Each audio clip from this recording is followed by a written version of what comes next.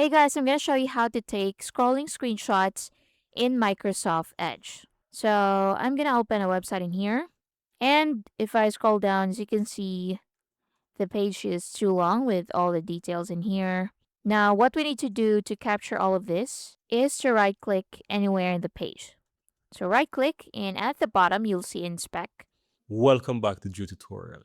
And if you're new, special welcome to you. You see, guys, my team and I have been working every single day to make videos just like this one for you guys.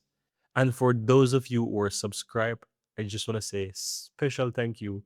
And I really appreciate the support from you guys.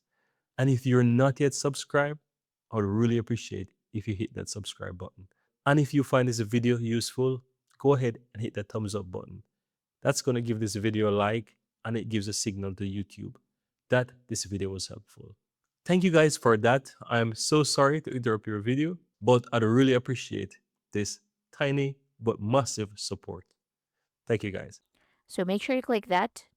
Now, once you click that, a dashboard will appear in the right side. Now, at the top, if you see this computer and phone icon, tap on that. If the three dots appear, tap on it to show more options. Then look for capture full size screenshot. So we need to tap on that and it will capture the full page. So all of it, all of those details. So wait for it. So it will take a minute. Once done, click the download icon and open the file. And as you can see, it captured all of it. So if I zoom in, you can see and you can read the words very clearly. You can also see the photos. So if I zoom in, it's in high quality. So as you can see that, and that's it. Now let me show you another example. So I'm going to open YouTube, for example. So once we're on YouTube, so you can see they have a lot of videos in here.